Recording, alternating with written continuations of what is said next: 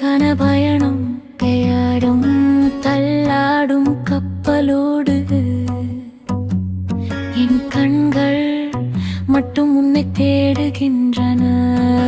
மனதிற்குள் ஒரு தயக்கம், உன்னை ரசிக்க தொடங்கிவிட்டேன். காதலில் விழுந்து விட்டேன். தரையோரம் கப்பல் ஒதுங்க வேண்டாம். இப்படியே இரவு முழுவதும் உன்னோடுதான். வார்த்தைகள்